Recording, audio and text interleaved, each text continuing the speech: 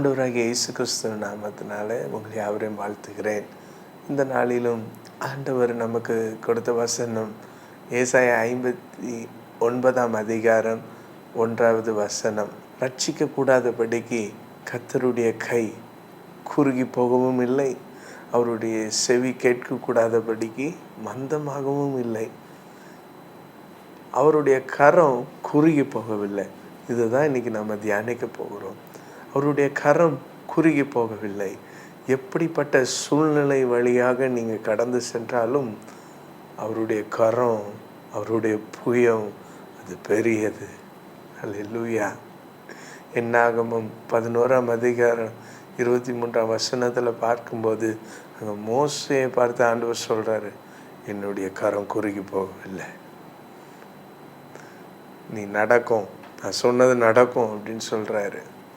அது என்ன நடந்தது? அங்கே இஸ்ரவேல் ஜனங்கள் எல்லாரும் மோசையை பார்த்து எங்களுக்கு இறைச்சி வேணும்னு கேட்குறாங்க. ஆண்டவர் சொல்கிறாரு, நீ 1 மாதம் முழுவதும் நீ அதை சாப்பிட வைப்பா, 1 மாதம் முழுவதும் நான் உனக்கு இறைச்சி தருவேன்ட்டு சொல்லிட்டார். அப்போ மோசைக்கே டவுட் ஆயிடுது, எப்படி என்கிட்ட காலாட்கள் 6 லட்சம் பேர் இருக்கிறாங்க, ஆடு மாடு அடித்தா கூட முடியாது. அப்போ தான் ஆண்டவர் சொல்கிறாரு, மோசே என் கை குறுகி போயிட்டுன்னு நினச்சிட்டியா, என்னால் செய்ய முடியாதுன்னு நினச்சிட்டியா? கை குறுகி போயிட்டுன்னா என்ன? கை ஷார்ட்டாக இருக்குன்ற அர்த்தமா? இல்லை கை குறுகலைன்னா கை ரொம்ப லாங்காக இருக்குன்ற அர்த்தமா? அப்படி இல்லை.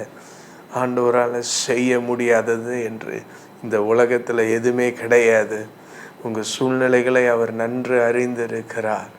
ஆண்டவர் மோசையை பார்த்து சொல்கிறாரு, என் கை குறுகி போகவில்லை, என் கை குறுகி போகவில்லை. இன்றைக்கி அதே வார்த்தையை தான் உங்களை பார்த்து சொல்கிறாரு. ஆண்டவர் உங்களுக்கு வாக்கு பண்ணினதை அவர் செய்து முடிப்பாரா, முடிக்க மாட்டாரா, அது முடியுமா முடியாதான்ட்டுலாம் கலங்காதீங்க. உங்களுக்கு வாக்கு பண்ணினதை அவர் நிறைவேற்ற வல்லவராக இருக்கிறார். அவர் பொய் சொல்ல அவர் மனுஷன் அல்ல, அவர் மனமாற மனுபுத்திரன் அல்ல. அவர் சொல்லியும் செய்யாதிருப்பாரோ? உங்களுக்கு வாக்கு பண்ணிட்டா அதை நிறைவேற்றாமல் இருப்பாரோ? ஆபிரகாமுக்கு வாக்கு பண்ணினார், அதை நிறைவேற்றினார். ஆடுகள் பின்னாக சென்றவனை பெரியோர்களுக்கு ஒத்த நாமத்தை கொடுத்து அவனை பெரிய அரசனாக மாற்றினார்.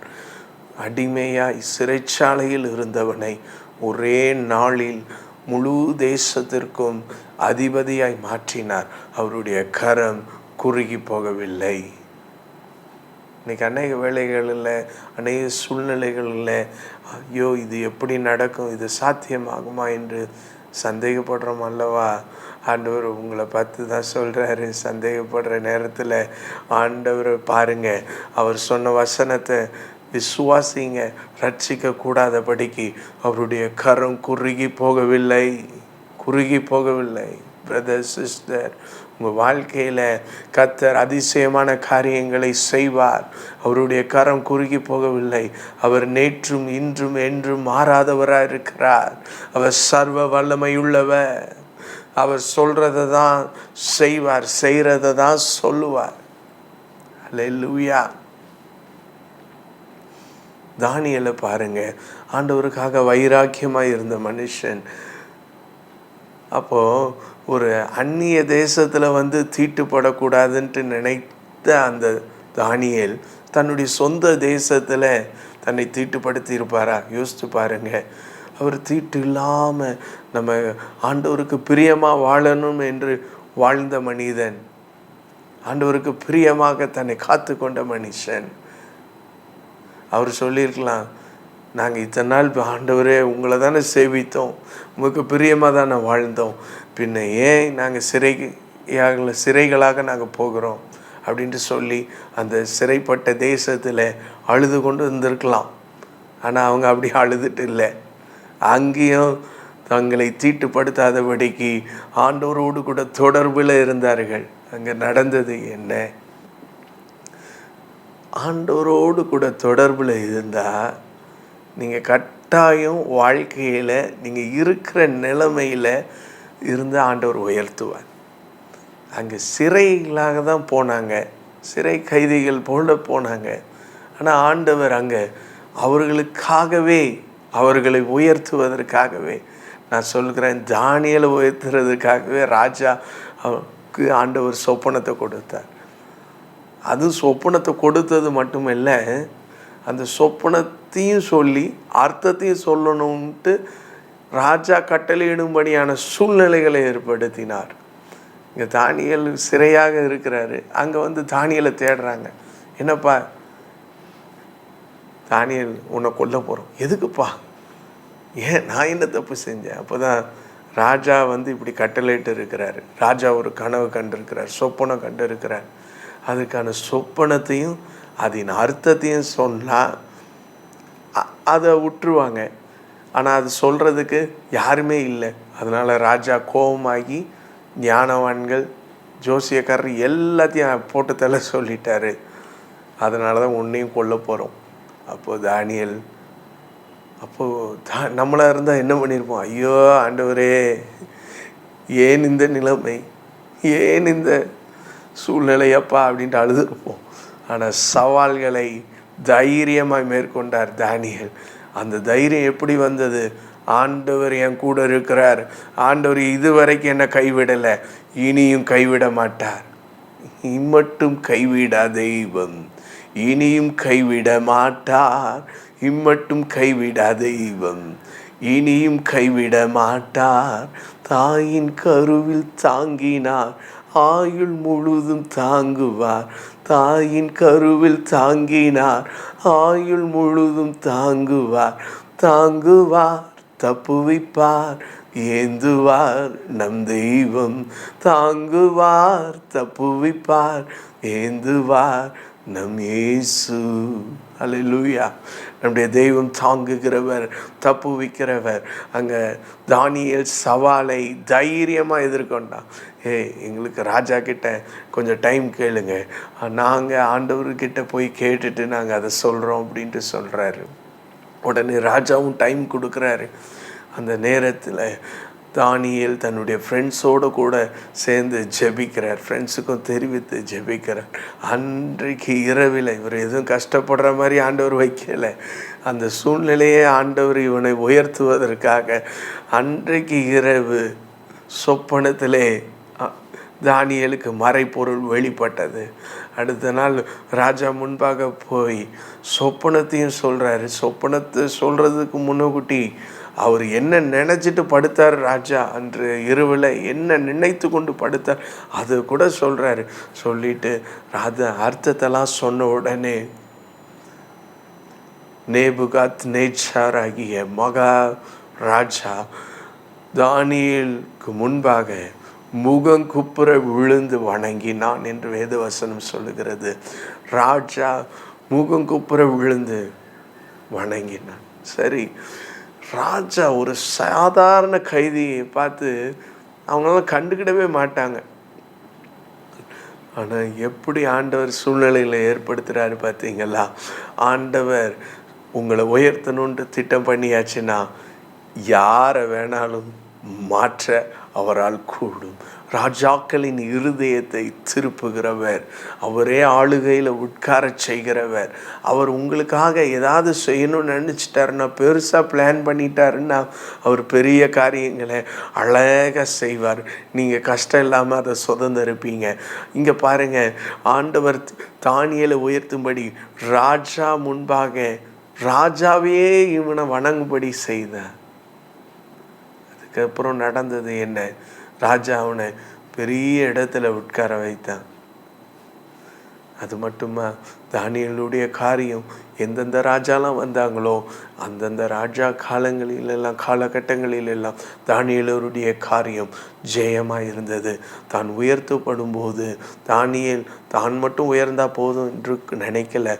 அவனுடைய நண்பர்களையும் ராஜா கிட்ட சொல்லி அவர்களுக்கும் நல்ல நிலைமையில் உட்காரும்படி அவர்களுக்கும் நல்ல வேலையை ஏற்படுத்தி கொடுத்தான்.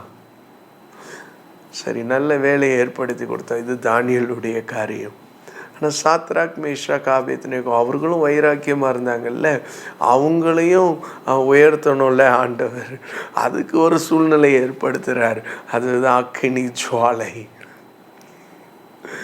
ஒரு சிலையை உண்டாக்கி இந்த சிலையை வணங்கணும்ப்பா அப்படி சொல்லும்போது அவங்க வைராக்கியமாக அந்த இடத்துல நிற்கிறாங்க.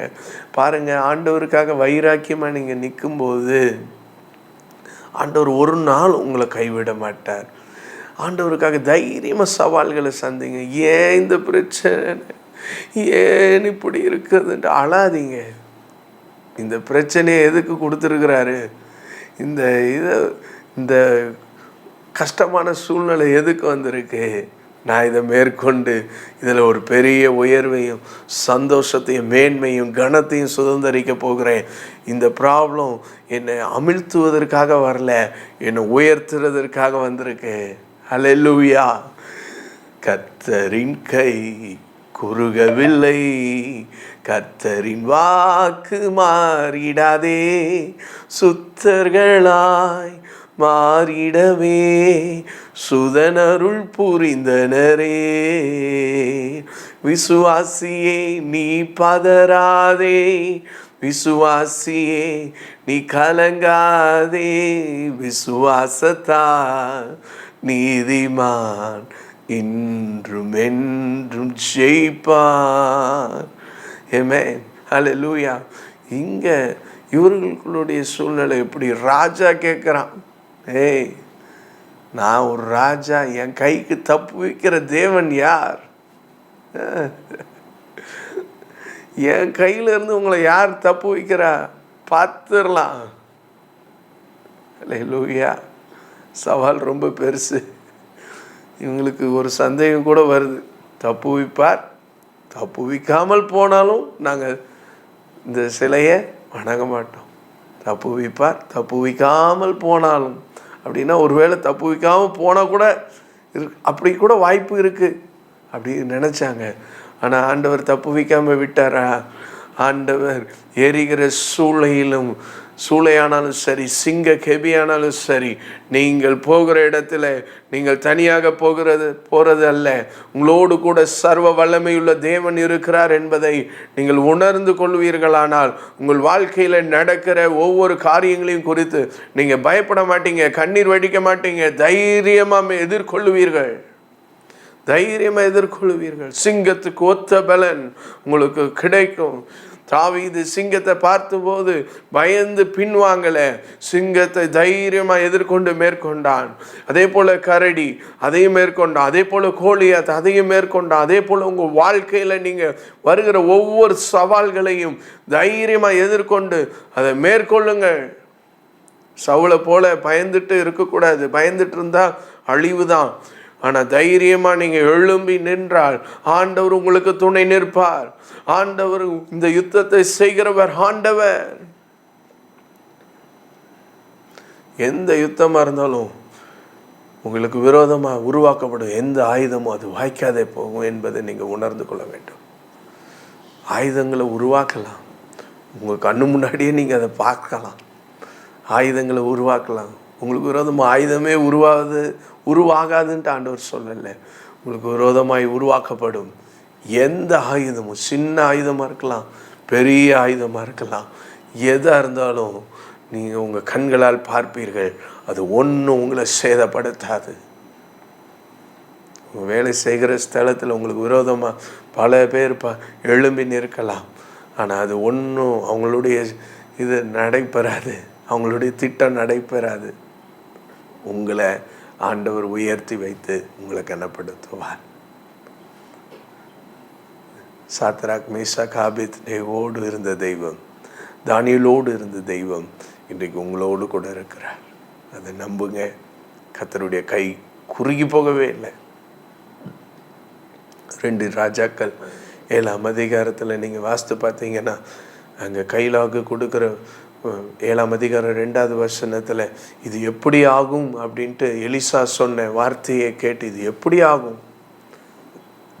ஆண்டவர் வானத்திலிருந்து மதகுகளை திறந்தா கூட இது நடக்காது, சாத்தியம் இல்லை.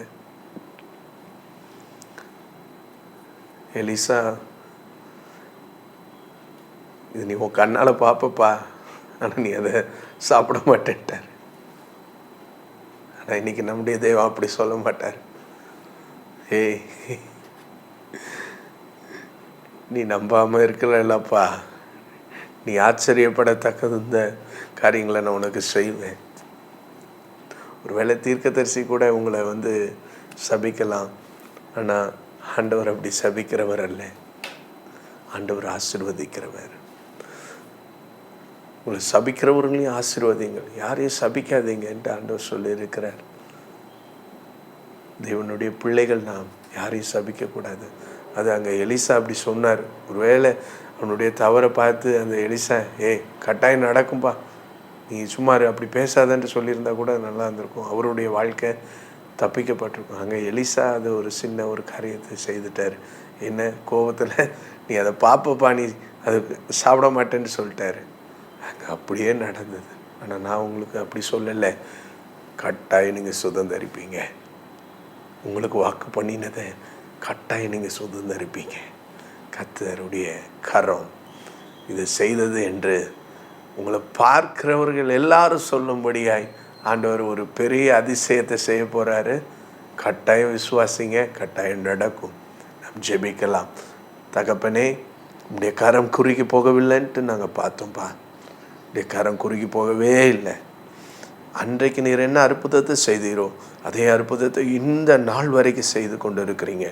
இந்த நாளிலும் இந்த வேலையில் செய்தியை கேட்டுக்கொண்டு இருக்கிறவங்க, ஐயோ இந்த சூழ்நிலை மாறுமா, அகோர பிரச்சனையாக இருக்குதே, பெரிய போராட்டமாக இருக்குதே, பயங்கரமாக இருக்குதே, சூழ்நிலை பயங்கரமாக இன்னும் கொடூரமாக மாறிக்கொண்டு இருக்குதே, எப்படி ஆகும்ன்ட்டு ஒரு வேளை தடுமாறி இருப்பார்களே ஆகில் ஆண்டவரே, நீர் அவர்களை திடப்படுத்தி உடைய கரத்தை அவர்களுக்கு காண்பிப்பீராக என்று ஜெபிக்கிறோம்ப்பா. இந்த வேளையிலே ஒரு மாறுதல் உண்டாகட்டும். யாரெல்லாம் வேதனையோடு கண்ணீரோடு ஏங்கி கொண்டு இருக்கிறாங்களோ, ஐயோ என் வாழ்க்கையில் ஒரு மாற்றம் உண்டாகாதா என்று வேங்கி கொண்டு இருக்கிறார்களோ அத்தனை பேருக்கும் ஒரு மாற்றத்தை கர்த்தர் உண்டு பண்ணுங்க. உங்களை நம்பி இருக்கிறாங்க கர்த்தர். நீங்கள் உங்களை நம்பின யாரையும் கைவிட்டதா சரித்திரமே கிடையாது. ஒரு நாளும் கைவிட மாட்டீர் என்று விசுவாசிக்கிறோம். தகப்பனே, முற்றிலும் உடைய கரத்தில் தாழ்த்தி எங்களை அர்ப்பணிக்கிறோம். நீ சர்வ வல்லமை உள்ளவ, உடைய கரம் ஒரு நாள் குறுகவில்லைப்பா. நன்றி தகப்பனே, நீர் அப்படியே செய்ய போகிறதுக்காக நன்றி. என் ஜெபத்தை கேட்டு நீர் அப்படியே பதில் கொடுத்ததற்காக நன்றி ஆண்டவரே. நன்றி தகப்பனே, இதை கேட்ட ஒவ்வொருவருடைய வாழ்க்கையும் மாறுவதற்காக நன்றி. பலத்த அற்புத அடையாளங்கள் நடக்க போறதற்காக நன்றி. நன்றி நன்றி நன்றி ஆண்டவரே. ஆசீர்வதிங்க. இயேசுவின் மூலம் ஜெபம் கேளும் நல்ல பிதாவே. ஆமென். ஆமென். God bless you.